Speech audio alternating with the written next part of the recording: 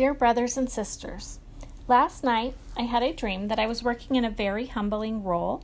I was at a woman's retirement party, and it was my task to collect all the cards everyone brought, open them, and give all the checks and money to the retiree, who, along with another woman, wouldn't acknowledge my presence.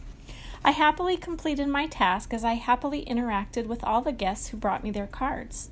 Soon thereafter, I was helping the retiree organize several pieces of paperwork in various kinds of folders, from plain manila folders to colorful folders, explaining the purpose of each packet according to my firm grasp on the depth of knowledge needed for each piece of paper.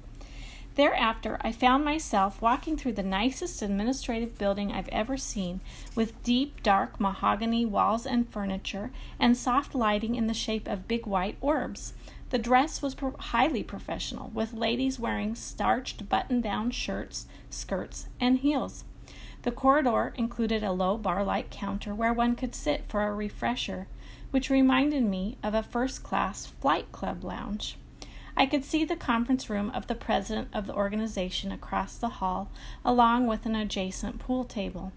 After walking through the corridor of this highly professional, top-notch administrative building, I found myself in the administrative room just below it. The ladies there, who'd recently had their gray cubicles converted to lavender, wondered how many more people need to be promoted before we can move into the beautiful mahogany offices, like the flight club offices. In my dream, I knew that a beautiful book was in the publication process. The book was titled Renewed. At some point in the dream, I was at a vending machine that put out coins and a small rice-sized part of a robot. However, instead, I received a red ticket that would give me unlimited playtime, and I was delighted.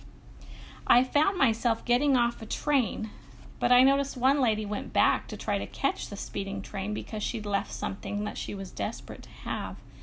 Things didn't seem to end well for her. After the speeding train passed, another woman exited the doors.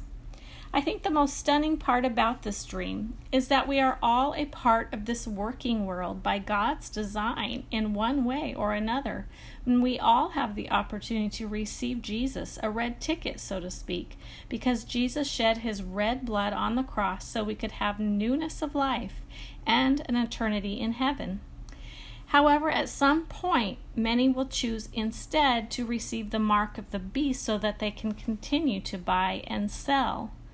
Choose Jesus because he is your way off this train.